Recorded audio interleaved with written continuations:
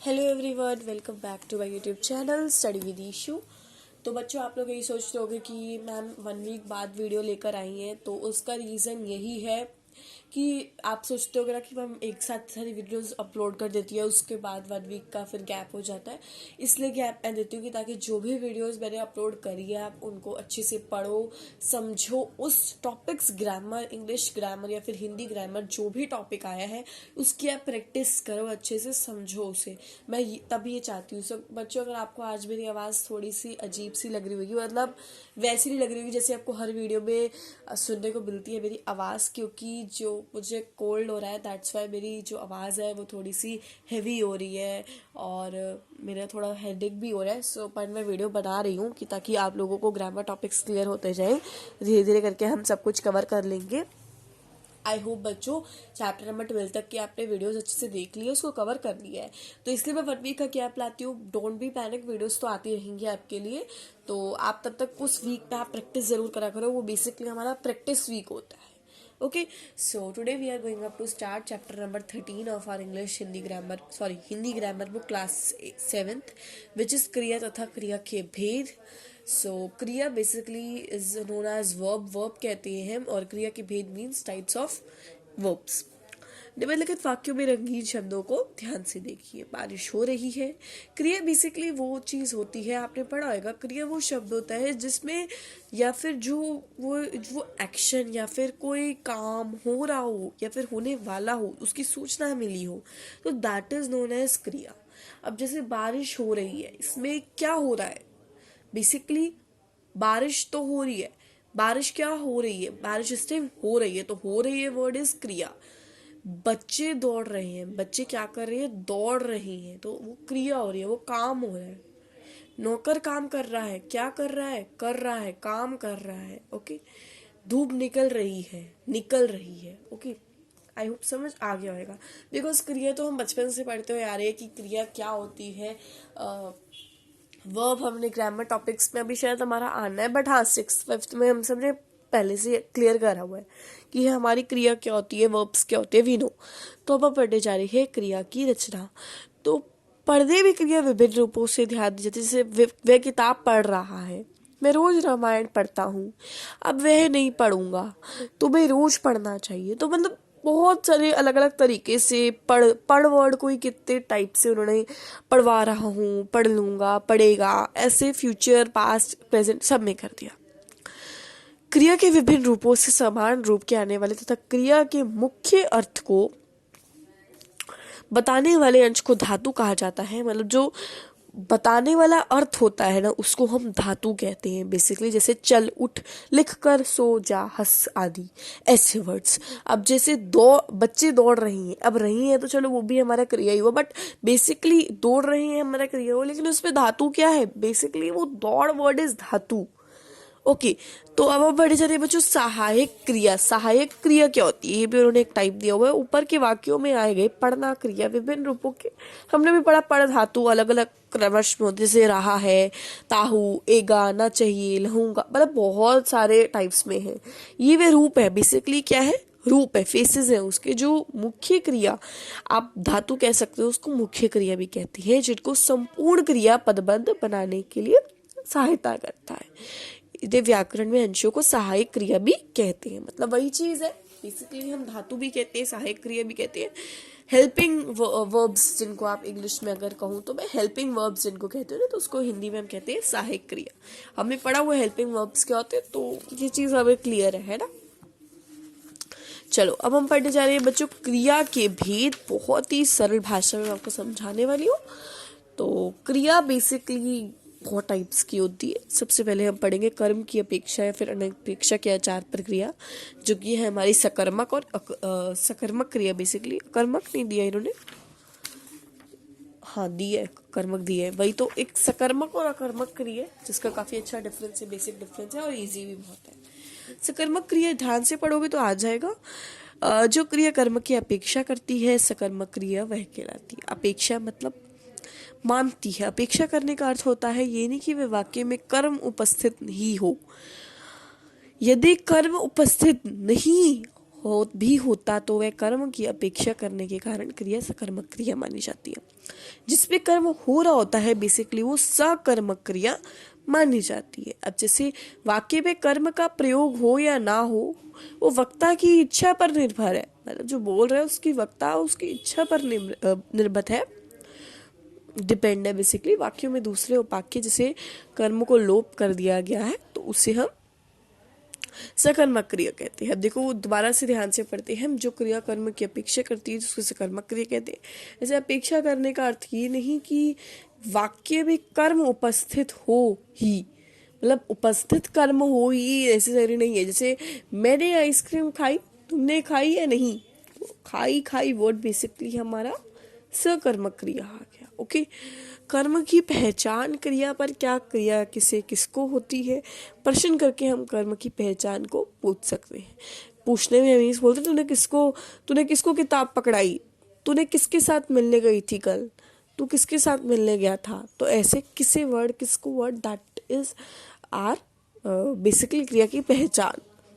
माँ मिठाई बना रही है, अब इसमें प्रश्न क्या बनेगा, क्या बना रही है, क्या है उत्तर इसका, मिठाई बना रही है। कर्म क्या है, ये प्रत्यक्ष कर्म है। कौन सा कर्म है बच्चों, ये है प्रत्यक्ष कर्म।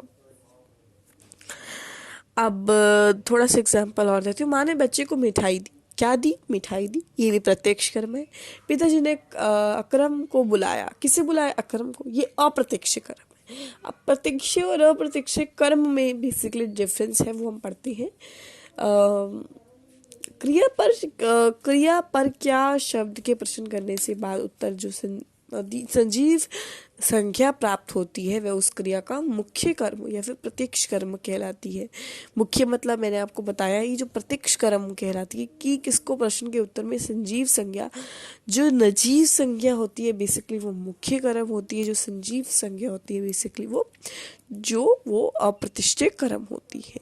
मतलब सेकंड वर्ब, जैसे गौण, मतलब गौण तो सेकंड वर्ड हो गया ना, तो यही कह रहा है। ओके, तो अब हम पढ़ने जा रहे हैं बेसिकली ऊपर दिए गए विवरणों में अपेक्षा। आपने देखा सकर्मक क्रियाओं की केवल कर्म की अपेक्षा करती है, मतलब कर्म तो बताती है। हमने पढ़ा था सकर्मक क्रिया क्या होती है, के आधार पर उनके दो भेद भी होते हैं। अब सकर्मक क्रिया में भी दो टाइप्स होती हैं, दैट इज एकर्मक और द्युकर्मक। एकर्मक क्रिया क्या होती है, जो सकर्मक क्रिया केवल एक कर्म की अपेक्षा करती है। सकर्मक क्रिया में क्या होता है, एक कर्म बताती है, बट इन दी एकर्मक क्रिया एकर्मक कहलाती है। जैसे वह गाना गाएगी, इसमें भी एक कर्म है, वह गाना गाएगी, ठीक है। नौकर ने खाना बनाया, क्या कर्म हो रहा है इसमें, खाना बनाया हो रहा है, तो इसमें भी उसको हम एक कर्मक क्रिया भी कहते हैं। द्विकर्मक क्रिया क्या होती है, जो सकर्मक क्रिया के दो कामों का मुख्य तथा गौण कर्मों की अपेक्षा करते हैं, दो काम बताती है, दैट इज नोन एज द्विकर्मक क्रिया। द्यु दो का, एक एक का। प्रिंसिपल ने छात्रों को सर्टिफिकेट दिया, छात्रों और सर्टिफिकेट दिया, दो वर्ब्स हो गए ना हमारे। वह पिताजी से सामान लाया, पिताजी भी हो गया, सामान लाया भी हो गया। अकर्मक क्रिया बेसिकली क्या होती है, बहुत इजी है। कर्मक क्रिया वह क्रिया होती है जो वाक्य में कर्म की अपेक्षा नहीं करती, मतलब जिसमें ना कर्म नहीं होता उसको अकर्मक कहते हैं, जिसमें कर्म होता है उसको सहकर्मक कहते हैं। आना जाना, चलना, दौड़ना, हंसना, रोना, मुस्कुराना आदि। देखिए निम्नलिखित वाक्यों के उदाहरण है कुछ, जैसे तुम क्यों हंस रहे हो, मैं रोज सुबह दौड़ता हूँ, मैं रात को 10 बजे सोती है, ये वाले। ओके, तो अभी कुछ बेसिक डिफरेंस है, तो आपको खुद ही करने पड़ेंगे कि लर्न करिए कर्मक से कर्मक क्या होता है। एक आधा एग्जांपल देकर ना समझाती हूँ दोबारा। बच्चा लिख रहा है, प्रश्न क्या है, क्या लिख रहा है, पत्र लिख रहा है, कुछ भी हो सकता है, तो ये है सकर्मक क्रिया। अकर्मक क्रिया क्या होता है, बेसिकली इस पे हमें नहीं पता होता, तो अकर्मक क्रिया का एग्जांपल, शीला जा रही है, कहाँ जा रही है, हमें पता है, कहाँ जा रही है नहीं पता, दैट इज अकर्मक क्रिया। पिताजी नहा रहे हैं, हमें पता है पिताजी नहा रहे हैं, तो दैट इज क्या, कोई प्रश्न ही नहीं बन रहा, तो दैट इज अकर्मक क्रिया। तो मतलब वो उनके कहने का मतलब आप समझ रहे हो कि जिसपे प्रश्न बनता है। मोहन गा रहा है, क्या, गीत गा रहा है। ओके, तो ये चीज तो समझोगे, रीड करोगे, प्रैक्टिस करोगे तभी आएगी। हर चीज प्रैक्टिस के ऊपर डिपेंड है। ग्रामर टॉपिक से जितने करवाती हूँ यही बोलती हूँ, प्रैक्टिस करा करो। मैं और कितना बोलूँ, क्योंकि आप अगर प्रैक्टिस करोगे तभी आएगी ये चीज़, ऐसे नहीं आने वाली। बेसिकली यही था इस चैप्टर में, ज़्यादा कुछ था नहीं। सरल क्रिया वो क्रिया होती है, अब रचना के आधार पर कुछ क्रिया के भेद होते हैं, जैसे सरल क्रिया हो गई, संयुक्त क्रिया हो गई, प्रेरणार्थक क्रिया, नामिक क्रिया। सरल क्रिया बेसिकली एक धातु से बनी क्रिया सरल क्रिया कहलाती है, जो सभी अकर्मक क्रिया और सकर्मक क्रियाओं के वर्ग में आती है। जैसे वह नहीं आया, आया सरल क्रिया है। सब लोग मंदिर गए हैं, तो गए वर्ड सरल क्रिया है। ऐसे वर्ड्स। संयुक्त क्रिया बेसिकली क्या होती है, आपको छोटे से लाइन में क्लियर करवाती हूँ। संयुक्त क्रिया दो क्रियाओं के संयोग से बनती है, मतलब दो क्रिया, दो वर्ब्स के जॉइन से बनती है। पहली क्रिया पूरे क्रिया प्रपद का अर्थ फर्स्ट क्रिया में पूरा मीनिंग होना चाहिए प्रदान करती है, और जो दूसरी क्रिया होती है वो पहली क्रिया का अर्थ छाटती है। दैट इज नोन एज संयुक्त क्रिया। गाड़ी चल दी, चलना प्लस देना, दो चीजें हो रही हैं। गाड़ी चल निकली, गाड़ी चल निकली, चलना प्लस निकलना, दो क्रिया हो रही हैं। तो ये चीज का फर्क पड़ जाता है। आई होप समझ आ गया होगा। अब हम पढ़ेंगे प्रेरणार्थक। प्रेरणार्थक क्रिया बेसिकली हमारी लास्ट नामिक रह गई है। फिर प्रेरणार्थक क्रिया क्या होती है, जो क्रिया पिछले इसका दिया हो, हाँ दिया हो। प्रेरणार्थक क्रिया में एक संज्ञा दूसरी संज्ञा को काम करने के लिए प्रेरित करती है, मतलब एक संज्ञा दूसरी संज्ञा को काम करने के लिए बेसिकली प्रेरित करती है, तब दूसरी संज्ञा उस काम को स्वयं संपादित करती है। तो वह अपने बेटे को खाना खिला रही है, तो क्या हो रहा है, बच्चे खिला रही है। माँ नौकर से कपड़े धुलवा रही है, तो किसी से काम करवाने का जो होता है ना, वो उसको प्रेरणार्थक क्रिया कहते हैं। ये तो सेंटेंसेस पढ़ोगे तभी आएगा, जैसे माँ बच्चे को सुलाती है, माँ आय से बच्चे को सुलवाती है, तो दैट इज आय से मतलब मेड़ से सुलवाती है। तो इट मीन्स ये द्वितीय प्रेरणार्थक हो गया। प्रथम प्रेरणार्थक, ये तो चीजें समझने में नहीं आएंगी, ऐसे रीडिंग करोगे ना तो अच्छे से आपको समझ आ जाएगा, ज्यादा कुछ है नहीं इसमें। अब हम पढ़ेंगे नामिक क्रिया। नामिक क्रिया बेसिकली क्या होता है, नामिक क्रिया संज्ञा सर्वनाम विशेषण के नाम को कहा जाता है।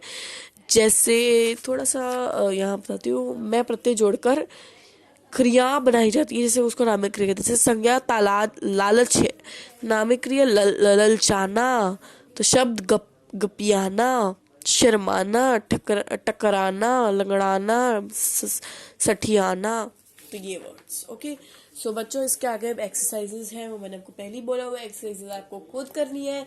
बट हाँ, कोई भी एक्सरसाइज बच्चों नहीं हो रही है, आपको मुझे कमेंट सेक्शन में लिखना है कि मैम ये एक्सरसाइज नहीं हो रही है, इसके आप करवा दीजिए, प्रैक्टिस करिए। नहीं समझ आ रहा तो मैं दोबारा करवाऊंगी, ऐसी कोई प्रॉब्लम की बात नहीं है। एंड मैं बीमार थी, फिर मैंने वीडियो बनाई कि बस स्टूडेंट्स को अच्छे से टॉपिक क्लियर हो जाए। तो आपका भी बच्चों फर्ज बनता है कमेंट में कोई डाउट है तो लिखना, और वीडियो को लाइक करना। सबसे बड़ी बात है वीडियो को लाइक करना। अगर लाइक करते हो तो इतना एक लाइक से ना इतनी सारी मोटिवेशन मिलती है ना, इतने बच्चे साथ हैं, इतने बच्चे पढ़ रहे हैं, अच्छा लगता है। तो वीडियो को लाइक जरूर कर दिया करो, और चैनल को सब्सक्राइब नहीं करा, सब्सक्राइब कर दो। तो अब हम आगे के चैप्टर्स के साथ आपको मिलेंगे, तब तक के लिए बाय और टेक केयर। बच्चों वीडियो के एंड करने से पहले मैं आपको एक चीज़ एक बार क्लियर कर देती हूँ, तो यहाँ ही क्लियर कर देती हूँ ताकि आपको आगे ना प्रॉब्लम ना हो। तो बच्चों ये है आपका चैप्टर नंबर 13, आप देख सकते हो, ये रहा क्रिया तथा क्रिया के भेद। तो बच्चों इसमें आपके दो टॉपिक है, टेंस एंड एक्सपेक्ट और वॉइस है, बेसिकली काल तथा पक्ष, और ये वॉइस है वाक्य जिसको आप कहते हो।